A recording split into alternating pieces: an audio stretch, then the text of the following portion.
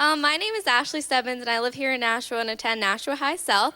There were a lot of... During your campaign, there was a lot of promises of transparency, but lately a lot of stuff in the media says that most of healthcare has been behind closed doors. I was just wondering how you would grade yourself on your transparent government. Well, you know, I've got to be careful about grading myself. But I will tell you that a recent independent watchdog group took a look and said this has been the most transparent government, most transparent administration that we have seen in a very, very long time, perhaps in the modern era. And here's the reason. Let me just list off the things we've done. This is the first White House ever where you know every single person who visits the White House. Now, that seems like a small thing, but that means any lobbyist, any company, anybody who comes to visit the White House, you know who it is. The Recovery Act that I just talked about, we put every dollar of spending in the Recovery Act on a website. You can go and look up right now every dollar that's been spent in the Recovery Act. You know where it's been spent, who got contracts, how it's been spent. That's all there. Plain as day for everybody to see. So we've put more information online. We've declassified things that used to be classified. We've revamped the classification system so it's not used for us to just hide things that might be embarrassing to us.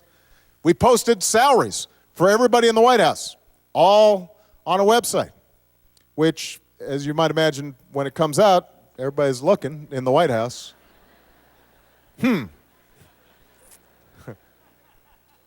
No, but seriously, we very much believe in transparency and accountability. Now, when it came to the health care debate, think about all the hours of congressional hearings, all the meetings that were on C-SPAN.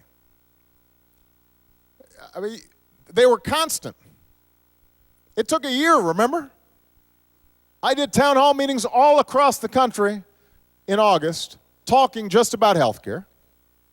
So when people say, well, the negotiations weren't on C-SPAN, what they're frustrated about, and I take responsibility for this, is that after Congress had finally gone through its processes, the House had voted on a bill, the Senate had voted on a bill.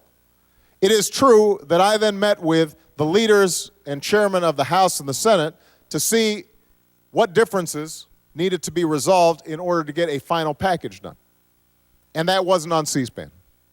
And look, you know, I made that commitment and I probably should have put it on C-SPAN. Although one of the tricky things is trying to figure out, well, if it is on C-SPAN, are people actually going to be saying what they think about trying to get the bill done, or is everybody going to be posturing to say things that sound good for the camera? But I think it is a legitimate criticism to say, if you say that all of it's going to be on C-SPAN, all of it's going to be on C-SPAN. Which is why, at this point, it's important for me to say that when the Republicans put forward their proposals for what they want to do on health care, and we put forward what we want to do on health care, I very much want that on C-SPAN. And I want everybody here to watch. I want everybody here to watch. Because I think it will be a good educational process.